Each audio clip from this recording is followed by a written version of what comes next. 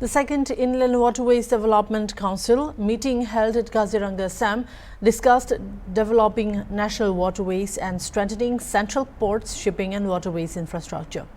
During the meeting, Union Minister Sarbananda Sonowal made many big announcements. Rupees 50,000 crore will be invested in the development of waterways over the next 5 years, including new projects worth rupees 1,400 crore to upgrade the waterway network in 21 states. Apart from this, many big announcements were made in the meeting for the development of national waterways of the entire country. Sonowal later told the media persons that this platform will help build up a strong working relationship among the centre and the state and other stakeholders to achieve goals. Along with National Waterways 2 and National Waterways 16, 20 such national waterways in Northeast are being developed. आज ये जो second बैठक है development council का, और इस बैठक में हर प्रदेश ने अपनी बात रखी और एक साथ हम लोगों ने अगले दिनों के लिए काम करने के लिए हम लोगों ने प्रतिबद्ध हुई है।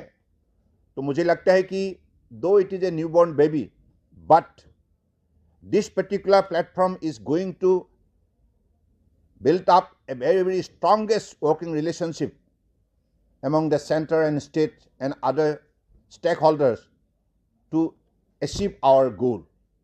आप सबको मालूम है कि बांग्लादेश का साथ जो प्रोटोकॉल रोड के सिलसिले में समझौता हुई है दोनों देश का बीच में, इसका मूल लक्ष्य है कि माननीय प्रधानमंत्री जी ने एक्ट ईस्ट पॉलिसी को साकार करने के लिए ये प्रोटोकॉल रोड के सिलसिले में समझौता की है। आज इसकी वजह से सारे उत्तर पूर्व हर प्रदेश को बहुत लाभ मिला है। आप सबको मालूम है कि बांग्लादेश का साथ जो प्रोटोकॉल रोड के सिलसिले में समझौता हुई है दोनों देश का बीच में, इसका मूल लक्ष्य है कि माननीय प्रधानमंत्री जी ने एक्ट ईस्ट पॉलिसी को साकार करने के लिए ये प्रोटोकॉल रोड के सिलसिले में समझौता की है। आज इसकी वजह से सारे उत्तर पूर्व हर प्रदेश को बहुत लाभ मिला है। नेशनल वाटरवेज 2, नेशनल वाटरवेज 16 का साथ साथ हमारे 20 ऐसा नेशनल वाटरवेज नॉर्थ ईस्ट में है जिसके विकास हो रहा है। तो मुझे लगता है कि ये बहुत बड़ा उपलब्धि है नॉर्थ ईस्ट की जनता की। Assam Chief Minister Himanta Biswa Sarma, while attending the meeting, told the media persons that events like this will draw the attraction towards Kaziranga. He also mentioned that the New York Times has listed Kaziranga Fort among its 52 places to visit in 2025.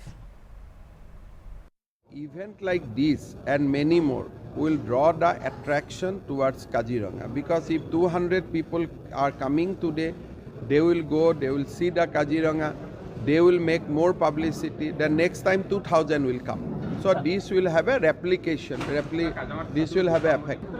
हमने निर्णय लिया इसीलिए तो New York times ने world का सबसे fourth destination बोला काजीरंगा को। तो हमारे काम के लिए तो ये दिख रहा है ना।